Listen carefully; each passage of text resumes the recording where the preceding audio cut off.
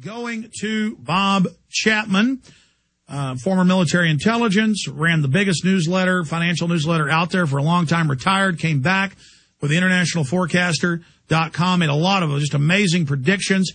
He said many, many months ago that the stock market would go back up, gold would explode. He predicted that in the fall.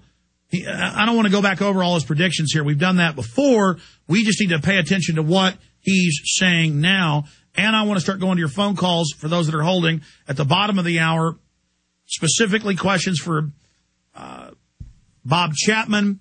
But I know some of the callers are already holding, so you can bring up other issues. He'll be able to comment on that. But after we go through this raft of calls, if you're calling in, just questions for Bob Chapman on the economy and the balance of the hour that we have, 1-800-259-9231 is the toll-free number to join us on air. Bob Chapman, good to have you here with us. Well, thank you. It's good to be here again. Gold is above $1,102. Now, somewhere up in that area, it's been trading back and forth over 1,100, exactly as we predicted. And you know what's surprising about this, and it's very disappointing to me. Analysts, economists, newsletter writers, they poll them. Hurlbut has a service where they poll them. And 96% of them said that gold was going to go back down again. I mean, you talk about a massive egg in your face. I don't know what these people are thinking about. They're not reading the tea leaves right. But anyway, we're happy we were right. Our subscribers, our listeners, they're making money, and so that's what it's all about. But more than that, they're protecting themselves. But, Bob, you've made this point many times. Most of those analysts aren't stupid. They're paid and put on national television and given syndicated columns to lie to people. Well, that's true. And then you have the factor of acceptability. A lot of these writers will know what's going on, but they won't talk about the very hard facts. They'll color them. They'll say, well, maybe the people at the SEC or the CFTC will pursue the fact that the market is being manipulated, or it's just full of excuses. And that draws them into the middle, so to speak, so they're not thought ill of within their profession. I get a different viewpoint. I don't care what anybody thinks. I hope that I'm right, and I say what I say, and I've been pretty successful at it, and I hope it continues that way, but nothing stands in my way, and I think less of them for that. Well, you tell the truth and let the chips fall where they may, and 95% of the time you're accurate. So am I, and that's why we're so successful at reaching people. But it's kind of sad. I mean, it's like telling somebody you're going to die of cancer, and now we're dying of cancer. As a country, the republic is in bad shape. If we don't remove these criminals immediately, it's over. But it may be even too far gone for that. We just need to remove them so it doesn't get 100 times worse. Bob, what happened with the IMF dumping all this gold in the market? Ted Anderson, Ron Paul, in fact, I'm going to play that clip later of Ron Paul, said that clearly the IMF and World Bank came in and tried to drive down gold, and that for the first time in modern history, their attempt to drive it down failed and blew up in their face. And this is a major sea change for the dollar, for the markets, for gold. A, do you concur with Ron Paul and Ted Anderson? And B, what does this mean in the short term? I agree. It's a seminal moment, and we've just passed it. I said there would be an untoward event, and that was it. And the only question I have about that is that I suspect there's a possibility that the Indians didn't buy that gold. I think there's a possibility that that gold could have been sold some time ago. And what they were effectively doing was completing the transaction by covering a short position. In other words, they had sold, and they would have somebody ostensibly buy it back when, in fact, they weren't. Now, India was one of the signatories to the IMF in 1947, and they chose a number of countries to hold gold, and India was one of them. And perhaps it's possible that the gold that India held may have been sold previously. And India was just saying, well, we're buying it, and that would have completed the transactions because essentially they were sellers on behalf of the IMF before. So that's possible. The other thing is maybe they did, in fact, buy the gold. I don't know which, but I do know one thing. They're both good.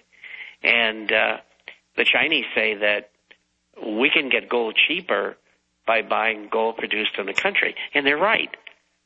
They're a big gold producer, but they have to wait for it to be harvested and brought in. And so I think Chinese are going to line up there.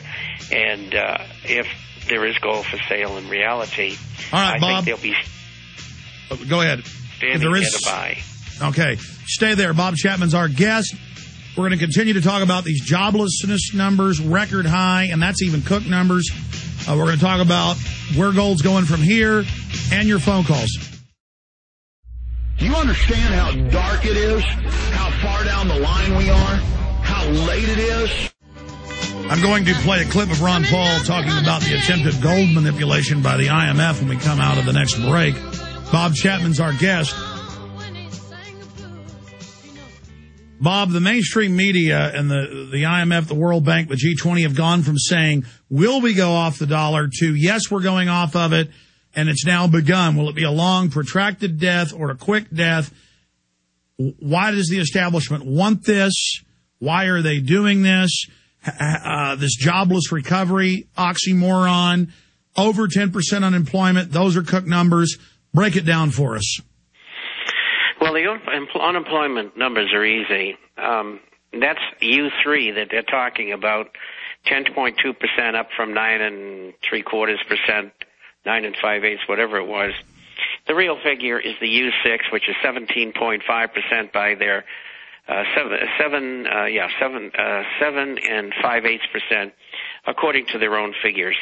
That includes U3, which is the 10.2%, those who are no longer receiving checks, those who are discouraged, and those who are forced to work part-time.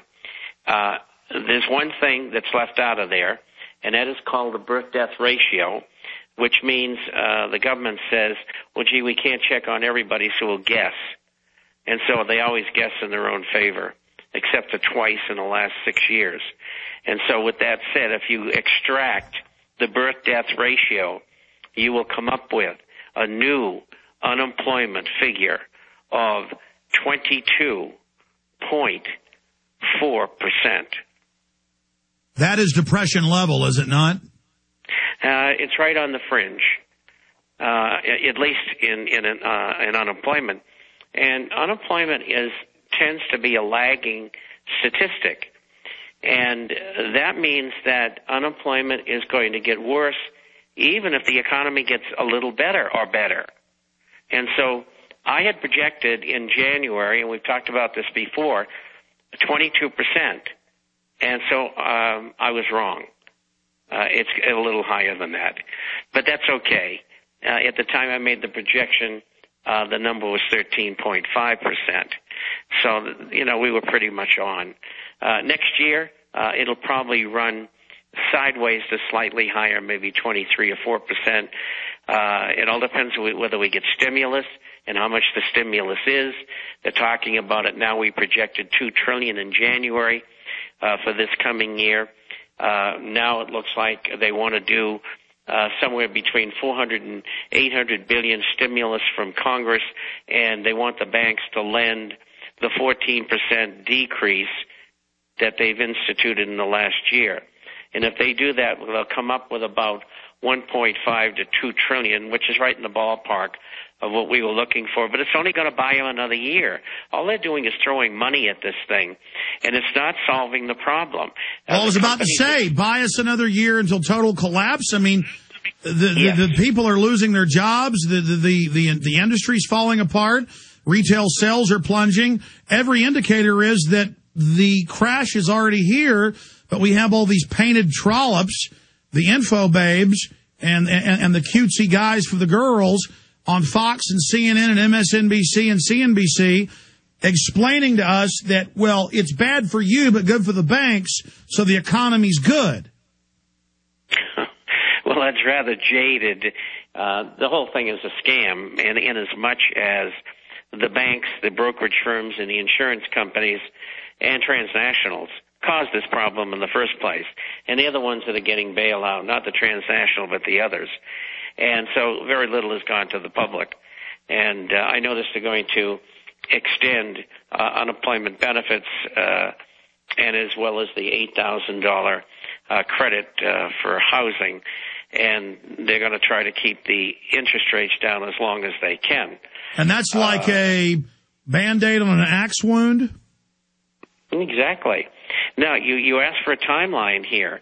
It must have been 6 months since Paul Craig Roberts and I were on here together.